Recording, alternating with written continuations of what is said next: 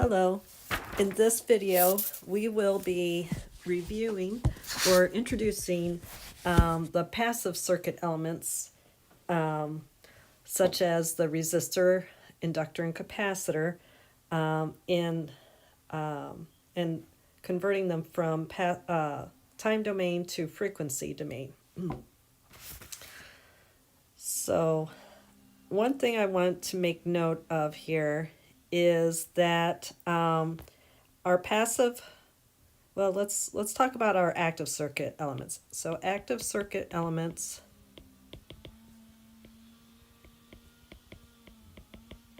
are our current source and voltage source. And we convert them from time domain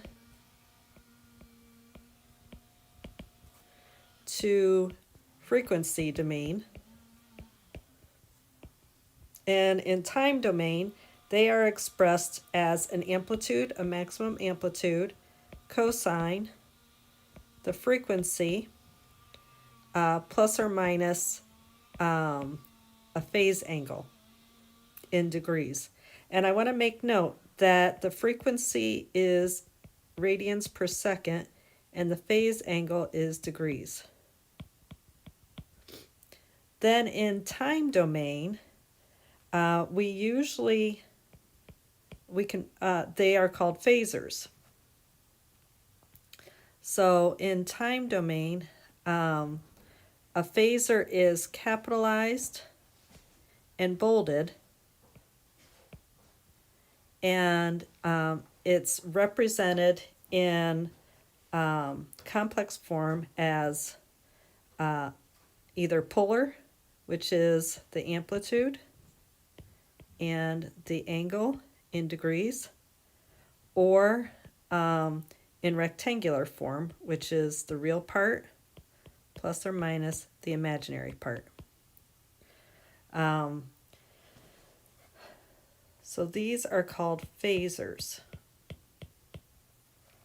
Passive circuit elements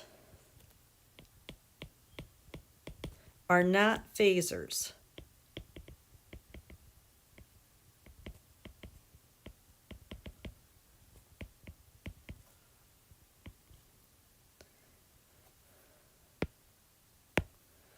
Okay, are not phasors. They are called impedances.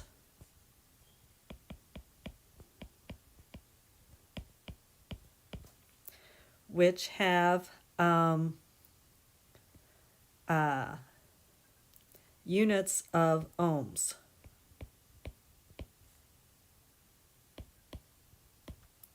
All right, so let's take a look at our passive circuit elements. All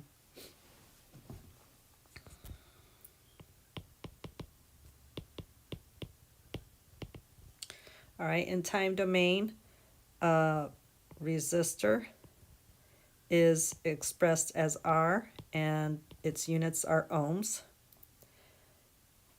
In frequency domain,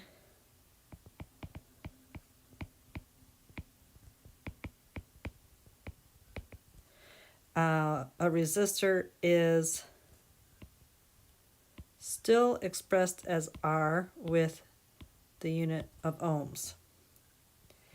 An inductor in time domain is expressed as inductance with units of Henry. And in frequency domain, inductance is expressed as J omega L, and the units are ohms. Capacitance in time domain is in units of farads, and in frequency domain, capacitance is 1 over J omega L, which we usually put the J on top. So if we multiply the numerator and the denominator by j, that would give us j squared, which is minus 1.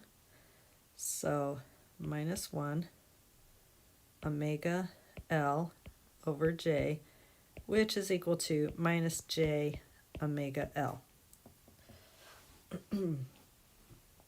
Okay, so, and again, this is units of ohms. So I said that everything is called impedance. So we would say in frequency domain, a resistor,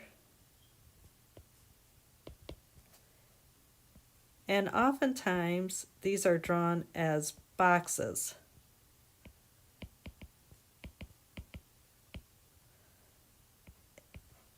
But I believe our textbook is keeping them in the form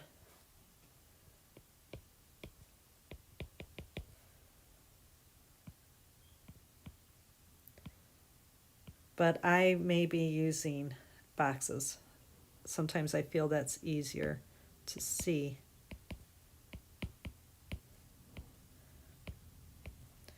And our capacitor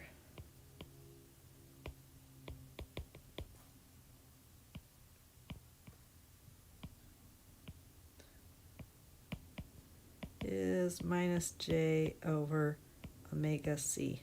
And I apologize. I see that I put omega L here.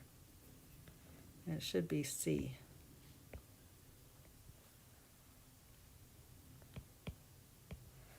Okay, so this is impedance.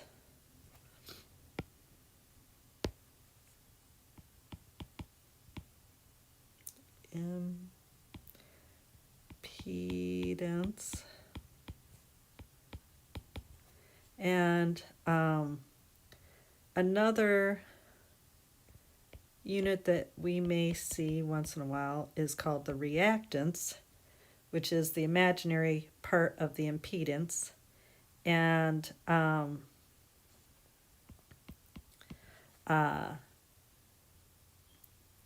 resistors have no imaginary parts, so they are all real.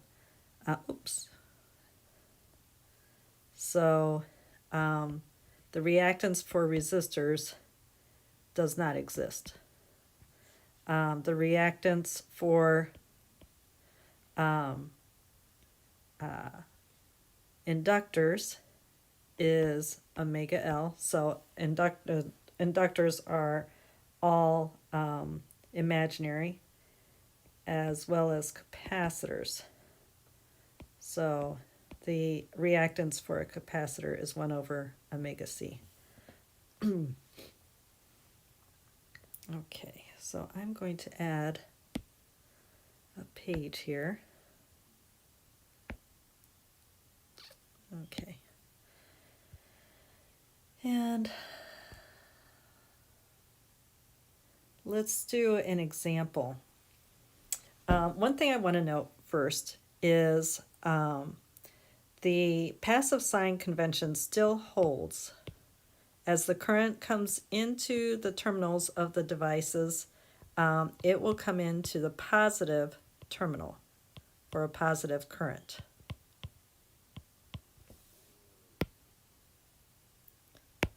Same is true for impedances. The current will enter the positive terminal at the positive terminal. And the current is a phasor in this case, and the voltage is a phasor. I apologize for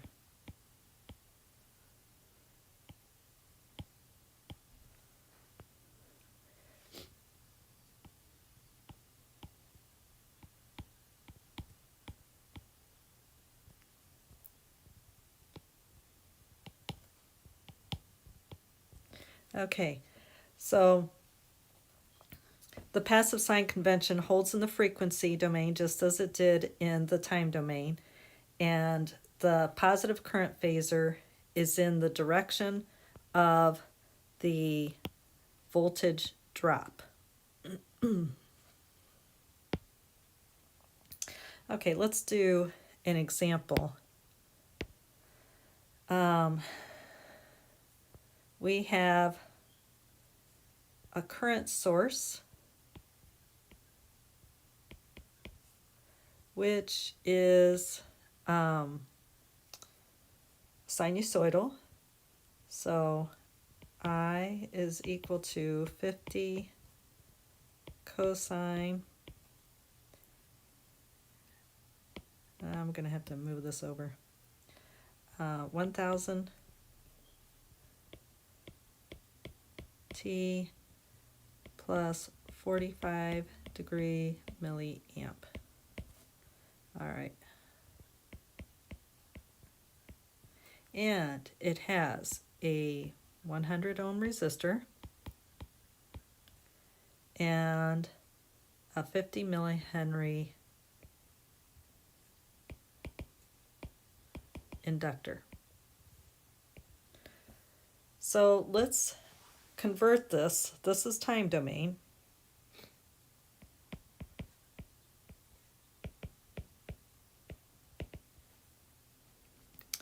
And in order to solve for this circuit, let's see, what do they want us to find here?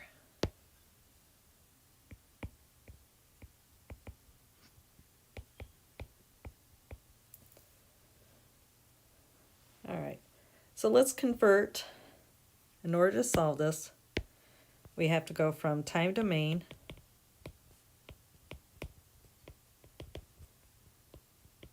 to frequency domain.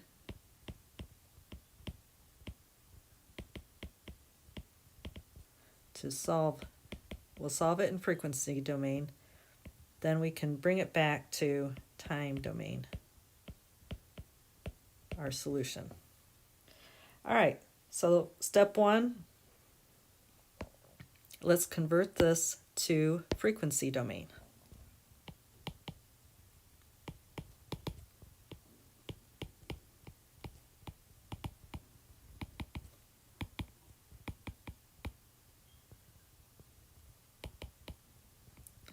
All right, so our current is now a phasor, and its value would be 50 with an angle of 45 degrees, and that's milliamp. Oh, I made that a voltage source.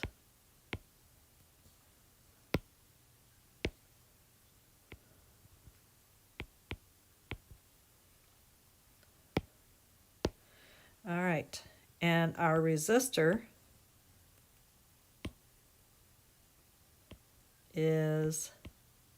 remains 100 ohms, and our inductor becomes J omega L. So omega in this current is 1000. So J 1000, and then our inductance was 50 millihenry. And that would be ohms. So that would be 1000 times 50 milli is 50. So that would be J 50 ohms. Okay. So let's find V sub R. And it would be a phasor.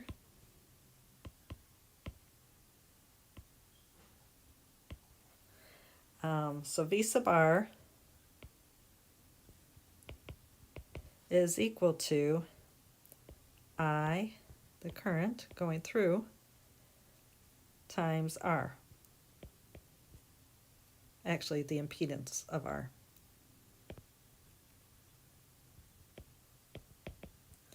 So this is Z sub R, and this is Z sub L.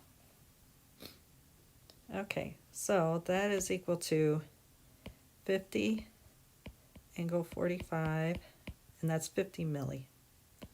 I'm going to put that in so that when we put this into our calculator, we don't forget. Times 100. This is pretty straightforward.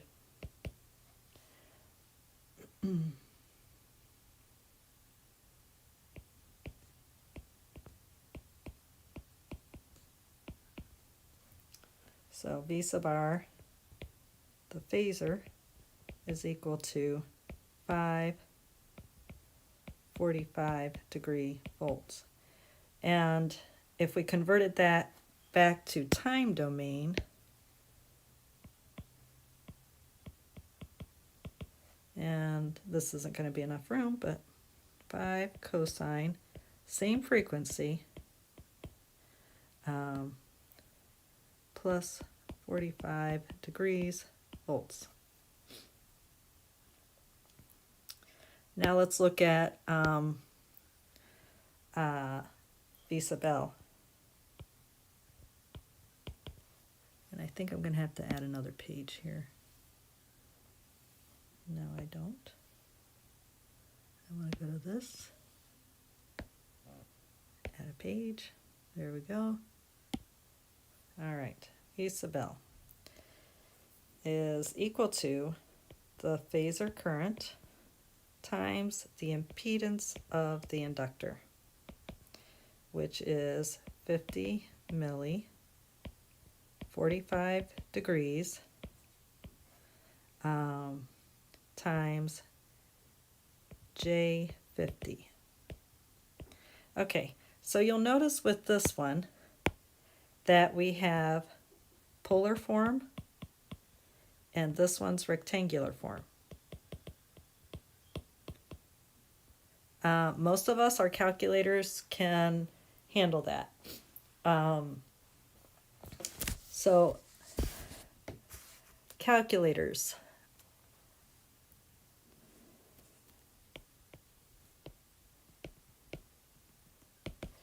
If you have settings, you may want to set your calculator so that the angle is set to degree. Complex format.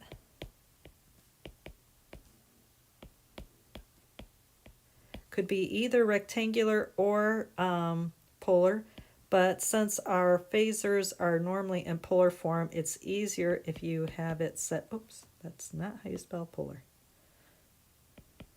If you have your calculator set to polar form. And my calculator, I have the TI 9089 titanium.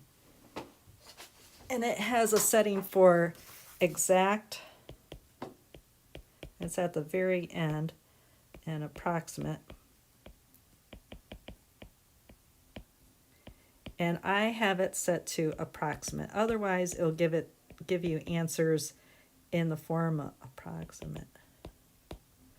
Of exact would be like pi over 2 or whatever, whereas approximate is, let's see, pi, well, that's 90. That's a silly one. No.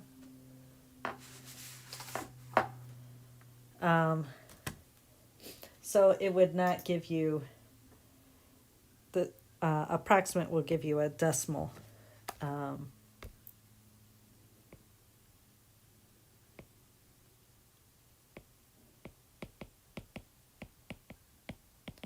Etc. So set your calculator to approximate, polar, and degree.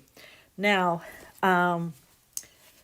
in doing this operation here, my calculator allows me to enter in both polar and rectangular. So I would type this into my calculator as 50 second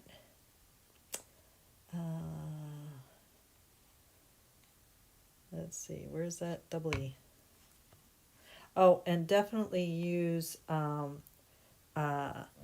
parentheses for everything. So paren 50 EE minus 3 second, which is the blue, and then there an angle which is above the EE, and 45 end paren, start a new parenthesis, and you can do J or I. On the calculator it's an I, and on my calculator it is a blue I above the catalog button. So second, then I, which is catalog, and 50, end paren, and oh no, I didn't do the times. So let's go back and add the times in there. And enter. And it gives me, so I did 50 EE minus 3 angle 45, and I have it in degree mode, times, and it was an I on the calculator, 50, and enter. And it gave me a value of 2.5 angle 135. The thing about this calculator is the display is very small. All right, so I can convert that to time domain very easily as V sub L is equal to 2.5 cosine, and the frequency is the same, which was 1000 T plus 135 degrees. And that's volts for T greater than or equal to 0. Okay. So that's one example. Let's do the assessment problem 9.3. And so they are giving us a current source, which is 10 cosine 10,000 T plus 30 degrees, and this is milliamp. And we just have this guy, which is 20 millihenry. And we want to find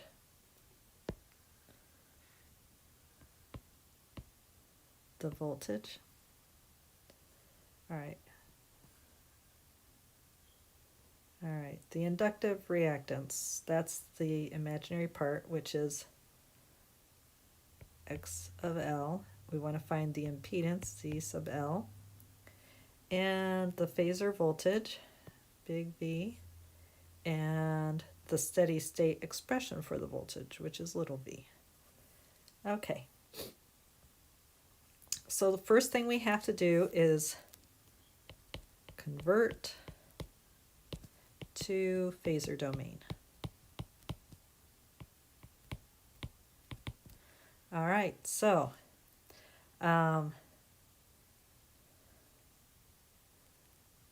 this current in phasor domain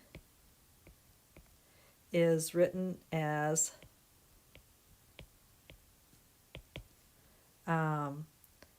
10 with an angle of 30 milliamp. And the inductor, you can draw it or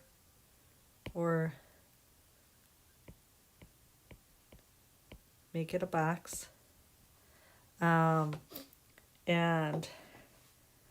Z sub L is equal to J omega, which is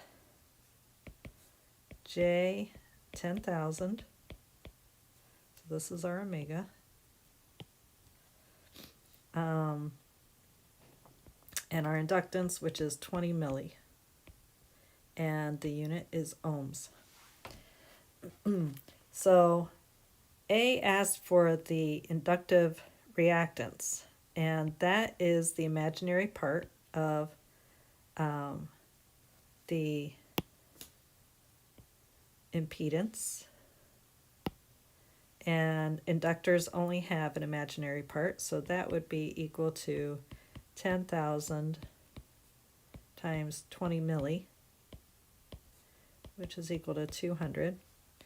And Z sub L is equal to J 200 ohm. Okay, now we're asked to find the voltage across this inductor.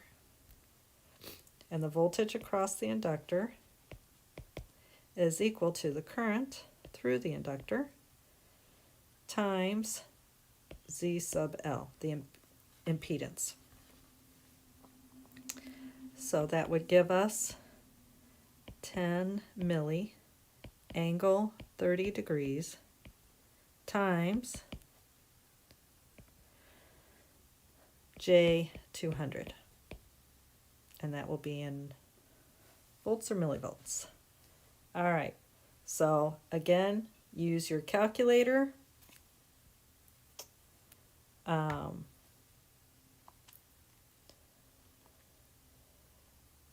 Parenthesis 10 EE minus 3 second angle 30 in parenthesis times parenthesis second catalog, which is the I, 200 in parenthesis enter. And that will give you V sub L is equal to 2 angle 120 degrees. All right, and we convert that solution back to time domain, which V of t is equal to our amplitude, so this is volts, which is 2 cosine our omega, which is 10,000, plus 120, our phase shift, which is 120 degrees, volts. So you'll notice something here. Our current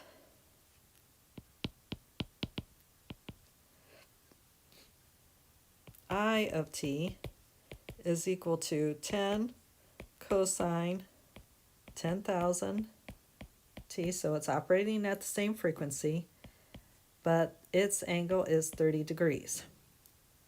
So if you look at the angle difference between the two, the voltage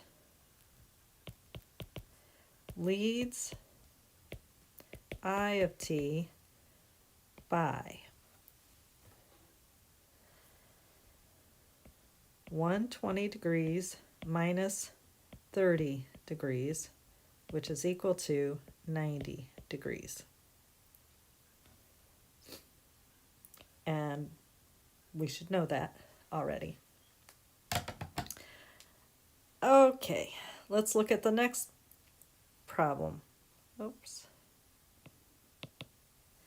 All right, we are given the voltage. Okay, so this time we have a voltage. So V of t is equal to 30 cosine 4,000 t plus 25 degrees.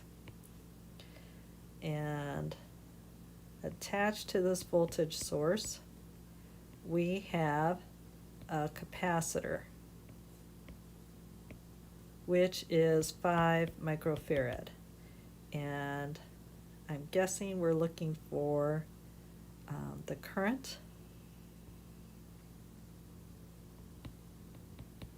through that capacitor. All right, so we'll go from time domain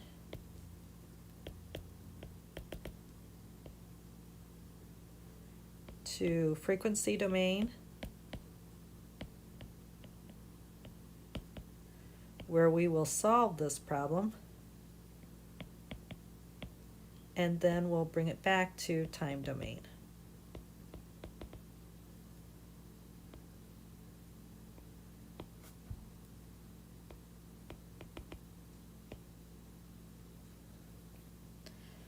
All right, so let's convert to frequency domain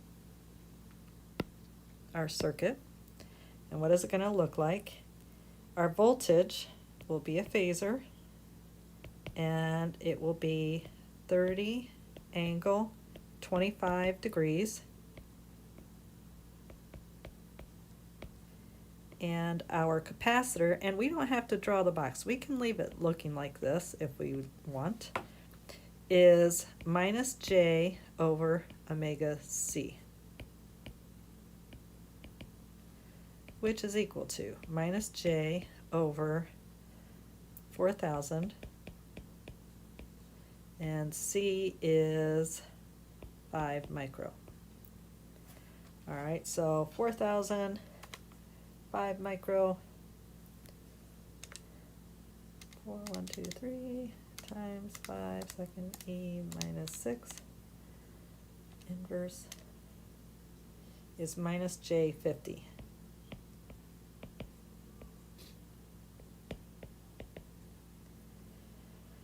Okay, this asks for the capacitive reactance, which is the imaginary part without the J. So X of C is equal to minus 50, and it has no units. All right, so let's find the current, I. So I, the phasor current, is equal to the voltage divided by the impedance. So this is Ohm's law, which is equal to 30 angle 25 degree divided by minus J50. All right, and you could do the complex math here and do plus J50 plus J50 and find that this is equal to 30 angle 25 degrees times J50, which is the same as 50 angle 90 degrees. And let's see if my calculator gives me the same answer. I never trust myself to think. Okay, so our current in phasor form is equal to, and I'm going to plug this one into my calculator. Parenthesis 30 second angle, which is 25, and parenthesis times, and parenthesis minus second I 50. And do I have any millis in here? Nope, it was a volt. Okay. End parenthesis, enter. And I get 1500 angle minus 65 degrees. So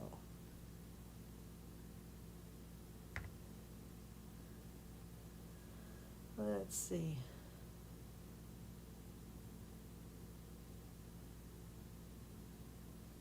Minus 65 plus 180, what does that give us? Minus 65 plus 180, 115. Interesting how it went negative on us instead of, what motivates that?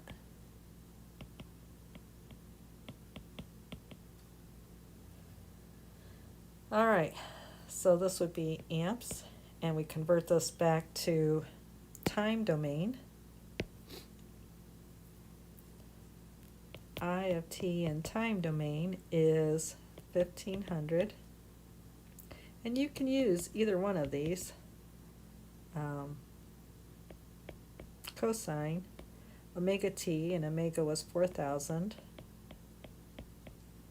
and we could do minus 65 degrees, or we could do 115. All right, now let's look at our original voltage, and let's see who's leading and who's lagging. 30 cosine 4,000 t plus 25 degrees. All right, so we can say I of t leads V of t by minus 65 degrees minus 25 degrees, which is equal to minus 90 degrees. Makes sense. Okay, so in this video we learned how to convert passive elements from time domain to frequency domain. Well, it would help if I could spell. And we learned how to use Ohm's law in frequency domain.